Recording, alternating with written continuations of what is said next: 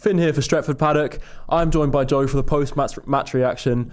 Brighton have knocked Manchester United out of the FA Cup 2-1 at home at Old Trafford. That means no silverware on the table, no Europe, no cup competitions left. What can you say about that performance? You go on a bit of a journey, whoever you watch the games with, and we were with Finn and myself and Ronnie, and we just sat there, and there was that hope and the build-up, and there was the talk about Fletcher and his time at Man United and what it might mean if a win here, you know, the possibilities of him going forward as the Reds' interim coach at the end of the season. And then you get going and you realise that things aren't going to pan out as you'd want them. I think Brighton scored within the first 15 minutes. The first half in general was quite poor. We needed a reaction in the second half, and we got the same, really, until a comment I read out in the chat was like, if we keep carrying on like this, Brighton will score pretty soon. And Welbeck, although it was a pretty wonderful goal, he did bury one. It's 2-0. We get one back. Is there a bit of fight there left in us? Let's try. Unfortunately, a little bit of naivety, and I really feel sorry for Shay Lacy. He burst out with a little bit of emotion and frustration at a call the referee made. He bounces the ball away. He shouts, "What for?" And then he gets sent off. So then we're down to 10 men, and the game's over. I don't know what really we can break down, Finn. I know people were a bit upset about individual players. Delo, Cunha, Main, who got a little bit of grief. There's not many positives from that game, I don't think. I think not. I think maybe outside of Sesko scoring, keeping up a little bit of goal scoring form, I don't think it's worth talking about the positives with a performance that bad. Let's try and somewhat break it down. Go to the start in the first half. Those first couple of chances that Diogo Dalot had, he's got to finish those. He's got to put those away. And I feel like that just kind of set the tone for the rest of the game. You could tell that something was off. You're right, because that was kind of like mirrored how the game planned out. United got themselves into space, but Brighton were quite quick on reacting. And there was a lot of times where when Brighton went up against Man United, they put a lot of shots against us because they kept seeming to get the bounce or the deflection. Sorry, it's been a long day watching Man United. Very long. And they always seem to go. Whereas when Man United went up top, we'd have maybe one opportunity to try and get your shot off, and if not, Brighton were very quick at taking the ball off you and going back up the other side. So Delo gets an opportunity where he breaks free. He's on an onside run. He's done really well on the run. Yeah. But then everything from then is just poor. I think he doesn't quite know what to do. He gets. There was a bit of surprise that he was in that position, isn't it? The touch is far too long with the Brighton keeper out to sort of take control of the situation. Delo didn't have a great game, because then he has a shot again later, which goes sky high. I'm upset because I wanted Darren Fletcher to do well. Yeah. I think it would have been a little bit fairy tale if things had panned out better. Obviously, arguably a club legend, someone with such a history at the club, such close ties to the club. Obviously, he got his two sons. There's such a close connection to United, and he's spoken about United DNA in the press conferences. And it would have been nice if things went well. How do you think the players looked on the pitch today? I think there was a flatness and a bit of like lethargy in their body language and just general execution of what should have been simple actions. Feels like we couldn't do the basics right today. Just kind of simple 1-2s just weren't connecting, and it was just off almost from start to finish. We had a few periods where we'd have the lion's share of possession and then not really be able to break Brighton down, whereas Brighton actually didn't have much of the ball and didn't have a massive amount of chances, but when they got the ball in the final third, they really made it count and they kind of cut through us with ease. We weren't able to do that in the same way, and I think something was off. There was, players lacked conviction. There was a kind of lack of confidence and assuredness of what they were doing and how to really get the better of Brighton. And it was, it was just really, really kind of flat and deflated performance. Yeah, the players sort of didn't look up for it as much as they should have been. I think a lot of attention. The main talking points I think coming out of this game is there'll be some players and fans who really go for certain individuals. Yeah. Cunha, for the first time, I think many United fans are going to be quite confident with vocalising how upset they are by some of his recent run of games. There was murmurings against Burnley. Oh, I think Cunha's this and Cunha's that. But we weren't too... There's not a lot of United fans who wanted to hop on that bandwagon yet. It's not necessarily a bad bandwagon, by the way, because I do agree with you. But now I think after this game, a lot more will be going... He's just not been good enough recently. He's not. I really agree with that. And I think for someone with his experience in the Premier League, he's also played at another big club in Atletico Madrid, who aren't Manchester United, but are a big European side. And he should be someone that, in a game like this, when things aren't going perfectly, should be able to show some responsibility, some authority, get on the ball and make things happen in a meaningful way. And he wasn't able to do that. The quality wasn't there. So often for me it looks like he's chasing his touch, he doesn't look secure enough on the ball, and even when it comes to pass selection, shot selection in terms of timing, it really needs to be a lot better from someone like him. So I am disappointed, and obviously you can't put all the blame on someone like him, but for the money paid, I think he needs to do better, and I think conversations have to be had. I think it's fair. You are allowed to criticise players even if they have been brought in this summer. I'd love to know what Cunha would say back to that, because he seems to be someone who does back himself and he does back his own abilities.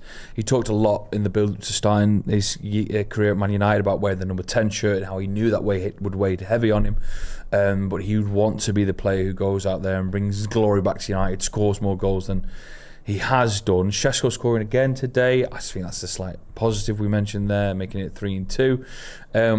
Let's speak about Shay Lacy, a youngster that we hope has a fantastic career at Manchester United. When he came on, we were very excited.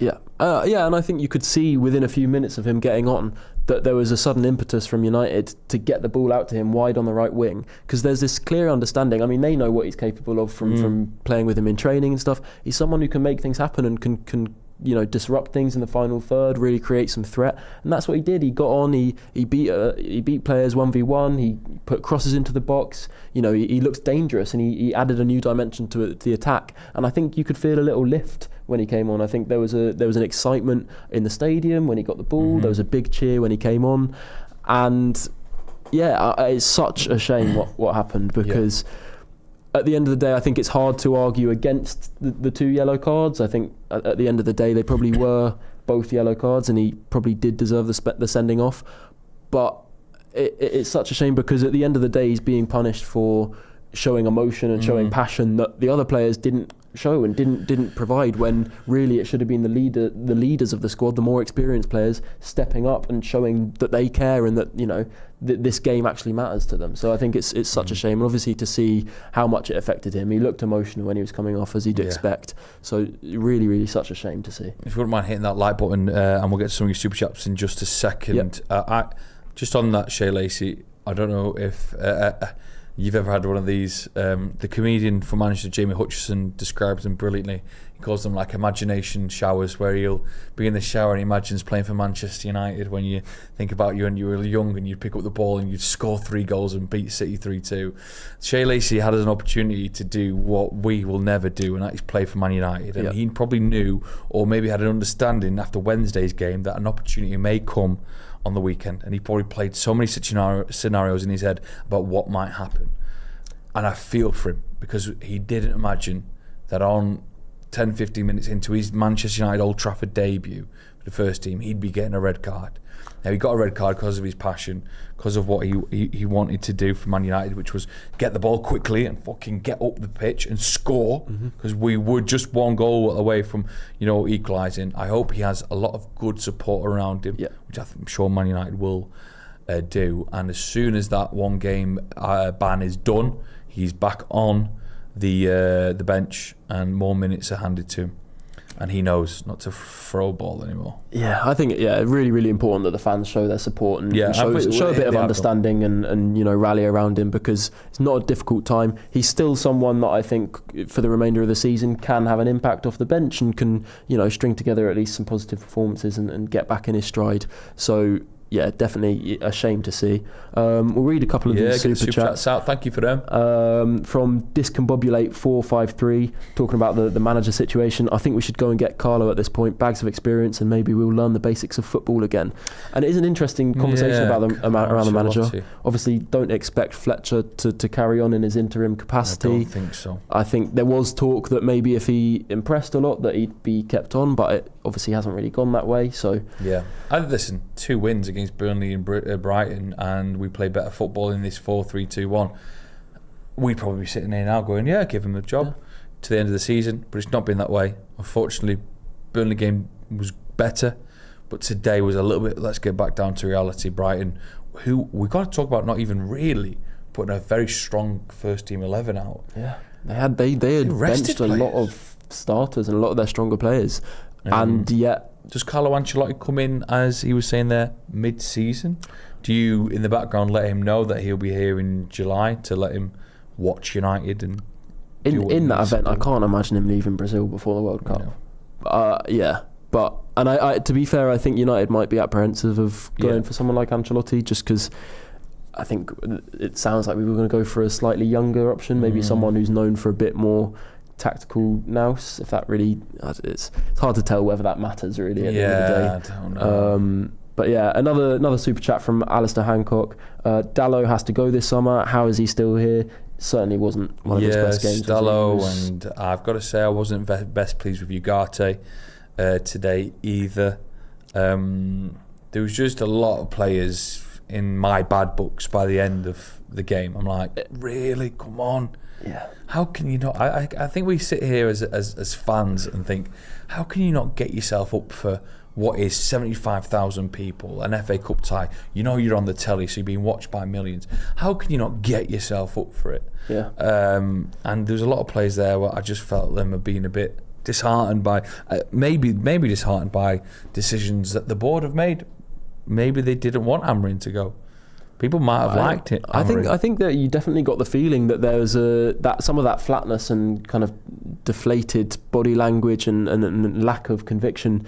You wouldn't be surprised at all if that was related to Amorim going, because I think they were fond of him. Obviously, there were specific cases like Kobe Mainoo, and obviously didn't get on with Rashford very well. But overall, it seems like most players got on with him well. He was able to provide support and a kind of arm around their shoulder when it was needed. Ahmad was saying that. So yeah, I wouldn't be surprised if that's playing into their minds. Deluna's 8480, thank you for the super chat. He says, I don't feel anything anymore. Kudos to the Amorim outers. We're cooking now. The owners have taken away the joy, didn't even care when we scored. What I will say is, one of my worst 90 minutes of football I've ever seen was under Amorim getting beat by Grimsby in the Carabao Cup. So there's no suggestion that he could have got this team up for Brighton. We don't know that, but I'll take your point. It's very easy if things don't go United's way in the future to say, oh well, why would we get rid of Amorim? Why did we get rid of him? Because maybe we'll be doing better now. But you can't really use those hypotheticals, because at the end of the day, Amorim didn't get the results. Obviously, it seems like the main reason that he was sacked is because of his disagreement with the board. But I think you'd be silly to disagree that the results are also sack-worthy in terms of where United standards should be. So, I don't see much virtue in those hypotheticals. Maximum Sparkness. Fletcher is interiming, but I'm not satisfied. Frank Edge, 8328, says, Darren Brown put a spell on our players. That was a chat. Did anyone mention when Darren Brown won the lottery? I wonder if he'd be a good Man United manager. And this in from Kazmofo 7946. I didn't see anything positive from the team besides Sesko and Bruno. The club is sadly broken. The board lack accountability. I don't even know if Bruno had a good game for me. He was all right. Yeah. I don't know. He wasn't pulling the strings like I like to see him do. I thought some of his execution in terms of his passing was off. It didn't seem his usual self, as with pretty much everyone on the pitch. For me, Dorgu was decent. He put in some nice passes and was looking to get forward. But yeah, you can't pick out many positive performances from that. So yeah, I guess we look forward now. Yeah, in terms of your week as Man United fans. So you're going to stick around because later Finn's going to be speaking to Andy Tate, so that's going to be fucking gold. Good luck, mate. Yep. Well, all the best. Thank you. I've been there. then you're gonna maybe this is what Ronnie predicted, and I'd lean into it a little bit. Monday, Tuesday morning, I think we're going to get more info on what is going to happen for the derby that is next weekend, Manchester City, huge game of football. Do you think we might know by Monday morning? Do you think that might be the prediction you'd make? I'd imagine the club will want to make that change quickly now and get a new name in the door, because they're not going to want to let this negative performance fester for too long without some real clear intention of change and a bit of uplift. But there's only so many things that the club can do now to provide that spark and that bit of positivity. At the end of the day, results on the pitch have to change. So, yeah, it's hard to get excited about the remainder of the season for me now. I've somehow put the Truman Show. I don't know what's going on here. Right, and we're going to leave that there. You'll obviously get the talk and all the comments from Jay and McCullough and stuff. So Stretford Paddock, you know what you're doing. Make sure you subscribe to the channel. Finn, been wonderful to spend the afternoon with you. It's been a pleasure outside of the football. Absolutely. It has. Thank you very much for watching. We'll see you later.